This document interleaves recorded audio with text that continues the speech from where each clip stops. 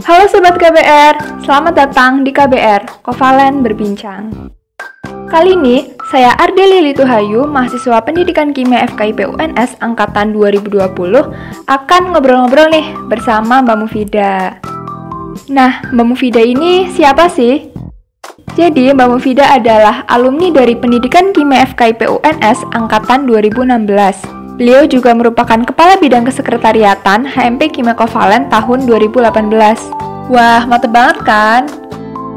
Oke, jadi pada KBR kali ini kita bakal membahas seputar kiat-kiat sukses kuliah dan menentukan karir selanjutnya. Kali ini kita bakal nanya nih, gimana sih caranya sukses di perkuliahan versi Mbak Mufida? Apa yang harus dilakukan untuk persiapan karir setelah lulus nanti? Dan masih banyak lagi ya. Jadi stay tune terus teman-teman. Nah, tanpa berlama-lama lagi, langsung saja nih. Halo Mbak Mufida, gimana kabarnya nih Mbak? Halo Ardelia dan teman-teman semuanya. Alhamdulillah kabar aku baik. Ardelia gimana? Baik juga ya? Alhamdulillah Mbak, baik juga.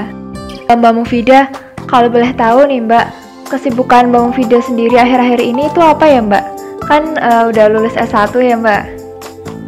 Untuk sekarang, alhamdulillah dikasih kesibukan di salah satu startup teknologi di Indonesia yang berfokus di bidang pendidikan. Wah, ini berarti berhubungan ya Mbak sama jurusan pendidikan kimia itu sendiri. Mbak Mufida sendiri kan udah pernah menjalani perkuliahan nih Mbak. Nah, aku mau tanya Mbak, sebenarnya itu apa sih hal-hal penting yang perlu kita cari selama di perkuliahan? Menurutku, hal-hal penting yang perlu kita cari selama di perkuliahan ya salah satunya ilmu gitu. Kita di sini kan berperan sebagai mahasiswa ya, yang tugas utamanya adalah untuk mencari ilmu. Ilmu ini kan bisa kita dapat dari mana aja ya, entah itu ilmu di kelas maupun ilmu di luar kelas.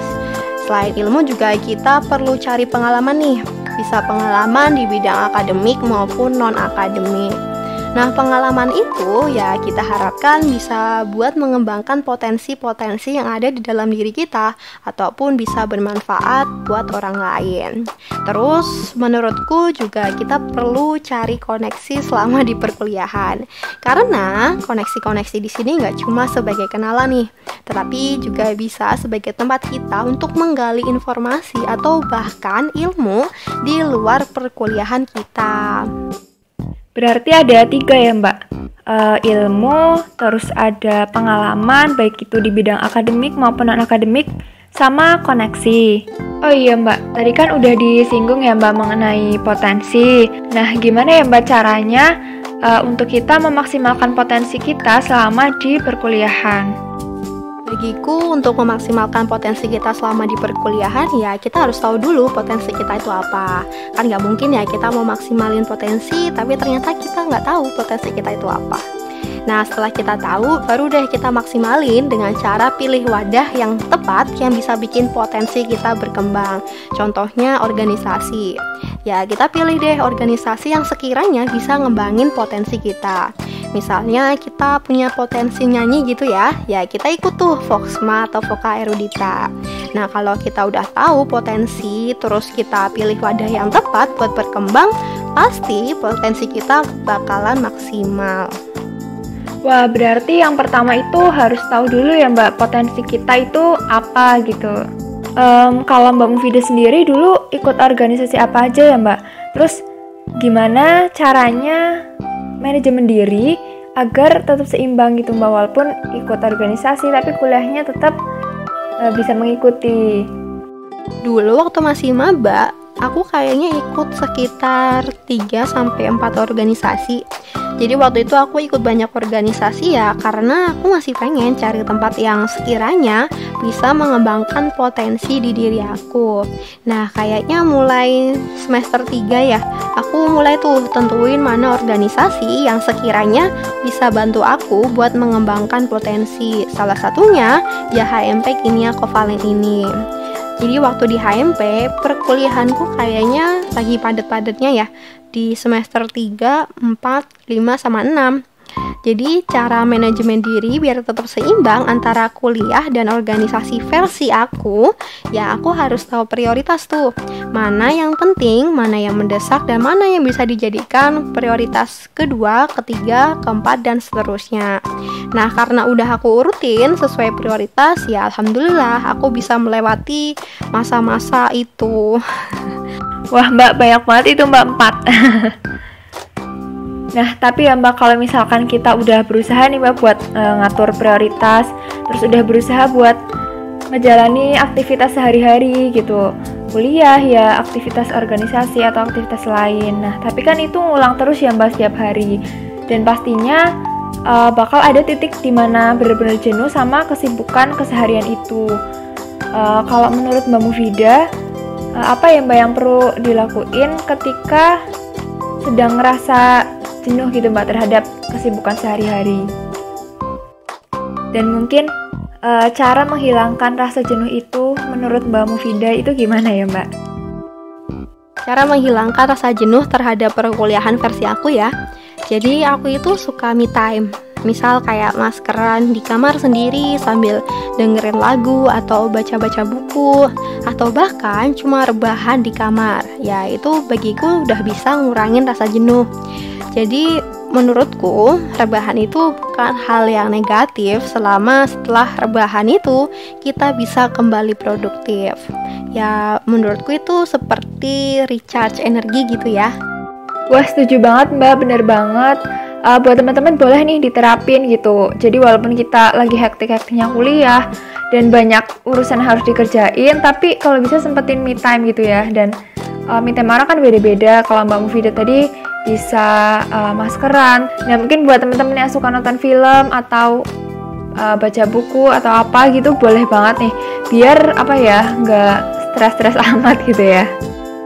Selanjutnya aku mau tanya Mbak, kita yang udah kuliah itu pastinya kan udah mikir tentang karir kita mendatang ya Mbak, dan kadang tuh nyampe overthinking sendiri gitu Mbak.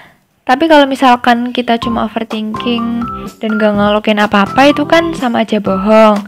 Nah jadi mau tanya nih Mbak, sebetulnya itu persiapan apa aja sih Mbak yang bisa kita lakuin selama kuliah untuk karir kita mendatang? Menurutku persiapan yang perlu dilakuin ya kita harus memperbanyak pengalaman-pengalaman yang bisa meningkatkan soft skill maupun hard skill kita. Karena penting banget tuh sekarang soft skill sama hard skill buat karir kita mendatang. Jadi IPK itu nggak cukup buat masa depan gitu. Jadi kita perlu kembangin soft skill sama hard skill. Wah, berarti daripada cuma overthinking nih teman-teman, daripada cuma berujung khawatir aja, jadi lebih baik kita itu persiapan dari sekarang. Salah satu caranya yaitu dengan memperbanyak mencari pengalaman yang dimana pengalaman itu nantinya bisa meningkatkan hard skill dan soft skill kita. Nah Mbak, tadi kan IPK aja itu nggak cukup ya Mbak. Tapi kalau misalkan di antara IPK, prestasi, dan organisasi, itu mana ya Mbak yang paling penting buat dunia kerja nanti? Bagiku penting semua ya, karena beda perusahaan, beda cara penilaian. Ada beberapa perusahaan yang seleksi awalnya dari IPK, jadi ya yang diterima yang IPK-nya tinggi. Tapi ada juga yang seleksi awalnya tidak mengutamakan IPK, tapi dicek dari pengalaman-pengalamannya selama di perkuliahan ataupun prestasinya. Jadi ya sebisa mungkin kita harus menyeimbangkan antara IPK, prestasi, dan organisasi. Terus nih Mbak, yang terakhir, ada nggak sih Mbak pesan yang pengen Mbak Mufidah sampaikan buat teman-teman mahasiswa semua? Pesan ya, mungkin buat teman-teman mahasiswa bisa coba mengembangkan kemampuan di luar bidang kita. Kan kita dari pendidikan kimia ya.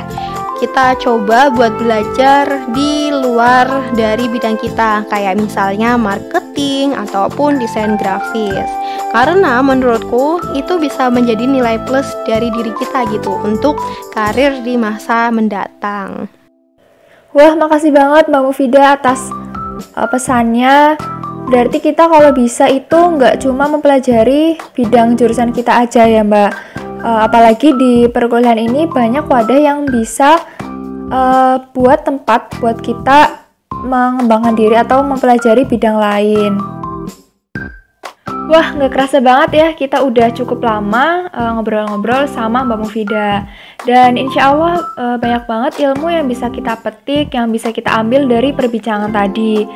Dan pastinya bermanfaat banget ya, dan bisa kita terapi nih, terlebih buat yang lagi kuliah.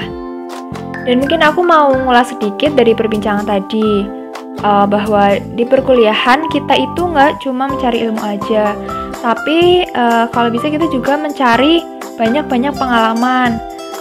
Selain itu kita juga mencari koneksi gitu, karena selain kita memang butuh teman gitu ya, tapi kalau misalkan nantinya kita bisa saling memberi informasi, pastinya kan akan sangat bermanfaat. Oke, mungkin itu untuk KBR kali ini.